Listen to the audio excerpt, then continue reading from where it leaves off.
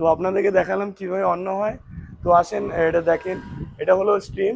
এটার মধ্যে প্রথমে জ্বালানি দেওয়া হয়, সেই জ্বালানি বাষ্প হয়ে সেই স্টিমের মধ্যে জলটা ফুটে, তো বয়েল হওয়ার পর মানে স্টিমের মাধ্যমে হয়, তাই হ্যাঁ তো? এখানে স্টিমের জ্বালানি মাধ্যমে, দিতে হয়, তাই তো? হ্যাঁ এখানে জ্বালানি মানে দিতে হয়। প্রায় একটা মেশিন সিস্টেম, তাই তো? Machine কাঠের system। জ্বালানি দিয়ে মানে বাহ। স্টিমটা গরম করা হয়। দারুণ আর যে কিন্তু। বাষ্পটা আসে সেই বাষ্প দিয়ে বাষ্পটা ভাতগুলো মানে অন্নগুলো রান্না অন্নগুলো করা হয়। রান্না আচ্ছা হয়। চলেন তো কিভাবে হয়। দেখি প্রভু।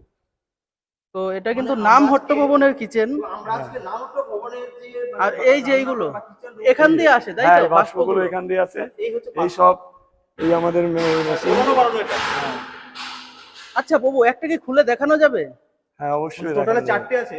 হ্যাঁ 4টে আছে, আরো ওদিকে আছে, আরো আছে গ্যাসের ওগুলো। ওগুলো গ্যাসের না। হ্যাঁ মানে স্টিমেই হয় ভাতগুলো, হ্যাঁ। তাই তো? আর বাহ, গরম কিন্তু এখন দারুণ গরম কিন্তু কিন্তু। একটা ভাব আছে। এখন এখন